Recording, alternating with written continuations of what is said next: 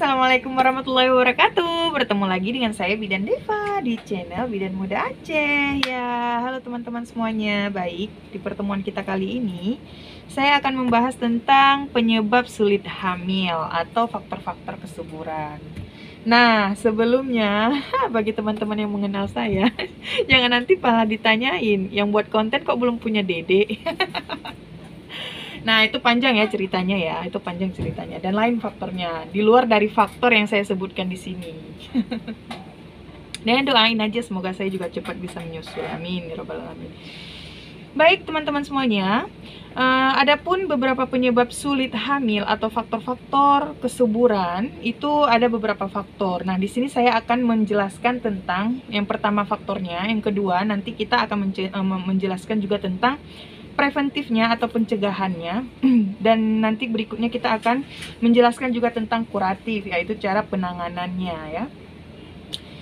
Nah, kali ini saya akan menjelaskan dulu penyebab-penyebabnya, dikarenakan kalau kita kupas satu persatu tidak cukup menitnya atau menitnya juga kepanjangan. Nah, untuk mempersingkatkan waktu, kita langsung menuju ke poin-poinnya. Nah, namanya kesuburan atau namanya mau hamil, tidak mungkin dong hanya salah satu pihak yang disalahkan atau hanya salah satu pihak yang dijudge. Otomatis di sini perannya ada dua. Ada peran istri dan juga ada peran suami. Nah, tapi kebanyakan ya di kalangan masyarakat, mereka akan menyalahkan seolah-olah perempuannya yang tidak subur, seolah-olah perempuannya yang bermasalah. Lalu, bagaimana dengan laki-laki? Apakah dia tanpa masalah? Bagaimana mungkin ya kan, namanya manusia, namanya wanita kan ladangnya, yang punya ladang kan bapaknya. Oke, baik. Di sini saya akan menjelaskan tentang apa saja sih faktor yang dipengaruhi oleh suami sehingga dikatakan tidak subur. Nah, di sini ada beberapa faktor, teman-teman. Yang pertama yaitu kita lihat dulu dari sperma atau semen analisisnya, dari sperma laki-lakinya.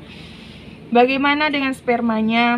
Bagaimana dengan konsistensi sperma, yaitu cairkah atau lebih kental atau lebih padat?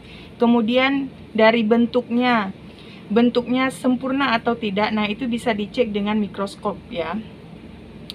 Untuk dilihat bentuknya, bagaimana bentuk kepalanya, badannya, ekornya, sempurna tidak, ada kecacatan atau tidak dengan bentuk-bentuk spermanya, dan ini dilakukan dengan menggunakan tes di laboratorium. Kemudian dilihat juga dari sperma itu mortalitasnya, tingkat spermanya itu banyak yang mati atau banyak yang hidup. Itu dari segi nutrisi spermanya juga. Apakah kadar bentuk dan kadar kualitas dari sperma itu sendiri ya. Kemudian yang kedua yaitu bisa dilihat dari lifestyle. Bagaimana lifestyle si suami. Nah, lifestyle suami itu apa saja? Perokokkah dia? Kalau memang iya dia perokok berat, perokok ringan, atau perokok sedang gitu. Nah, kemudian juga dilihat apakah dia peminum atau tidak, dikarenakan ada beberapa kandungan yang ada di dalam minuman yang tidak sehat, itu seperti minuman bersoda atau minuman alkohol, itu harus dihindari ya. Kalaupun memang keseringan ya jangan berlebihan gitu ya, karena sesuatu yang berlebihan itu tidak baik. Nah, kemudian dari pola istirahatnya. Nah, teratur atau tidak istirahatnya, kurang atau tidak, mungkin bisa jadi ada kategori orang yang insomnia. Nah, ini juga mempengaruhi dari kualitas sperma itu tadi, karena semua faktor lifestyle ini kembali ke spermanya. Spermanya akan menentukan konsistensi, kualitas, dan frekuensi dari sperma itu sendiri. Kemudian bisa juga dilihat dari asupan makanan. Nah, si suami ini ada nggak riwayat penyakitnya, riwayat penyakit kolesterol, diabetes mellitus, atau disebut dengan kencing manis gitu ya. Kemudian juga dilihat dari usia si suami. Dikarenakan kalau usia yang sudah tua, itu akan mengurangi kualitas dari sperma itu sendiri, yaitu mobilitasnya, kecepatan atau kegesitan sperma itu akan mempengaruhi, sehingga ini juga merupakan salah satu faktor klinis yang bisa terjadi sehingga mempersulit untuk hamil. Berikutnya Bagaimana dengan konsumsi kafein? Ya, kafein ini banyak ditemukan di dalam kopi dan juga dia sangat tidak baik untuk dikonsumsi dengan cara yang berlebihan. Oke. Nah, kondisi lainnya apa? Kondisi lainnya itu jangan ada stres, jangan stres berat, jangan terlalu banyak dipikirkan. Hidup ini sudah dijalani aja, semua sudah ditentukan oleh Allah, ya. Kemudian jangan depresi.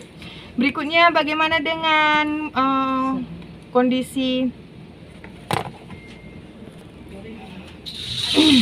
lagi ada pasien. Nah, jangan dengan kondisi berat badannya, jangan terlalu obesitas, jangan juga malnutrisi, yaitu terlalu kurang gizi atau kukurusan. Kemudian autoimun yang mudah sakit, sikit-sikit apa-apa sakit. Nah, itu juga mempengaruhi dengan kesehatan fisik ya. Kemudian juga yang sangat fatal adalah PMS, penyakit menular seksual. Nah, ini yang benar-benar harus dijaga, oke. Nah, itu merupakan beberapa faktor yang ada dari si suami. Berikutnya kita akan mengupas faktor yang ada dari istri. Nah, apa saja faktor-faktor yang terdapat dari istri yang mungkin bisa jadi? Ada beberapa faktor di sini. Yang pastinya satu adalah kondisi endometrium, itu yaitu kondisi rahim. Bagaimana dengan kondisi rahim si ibu atau si istri? Nah, di sini juga di rahim ini ada beberapa penyakit yang memang terkadang menjadi penyulit untuk hamil. Di antaranya ada endometriosis. Endometriosis ini disebut juga dengan peradangan pada rahim. Nah, kalau terjadi peradangan pada rahim itu juga akan sangat mempersulit untuk hamil. Ibarat kata umpamanya adalah semisal ada ladang yang hendak kita tanam tanaman. Nah, di ladang itu tanahnya itu enggak bagus, gembur gitu ya. Terus ya ibarat kata tanah yang enggak bagus itu kan yang agak tanah liat ya, padat, kental, itu nggak bagus. Seperti lumpur itu nggak bagus, kecuali ya kalau kita tanamnya padi ya.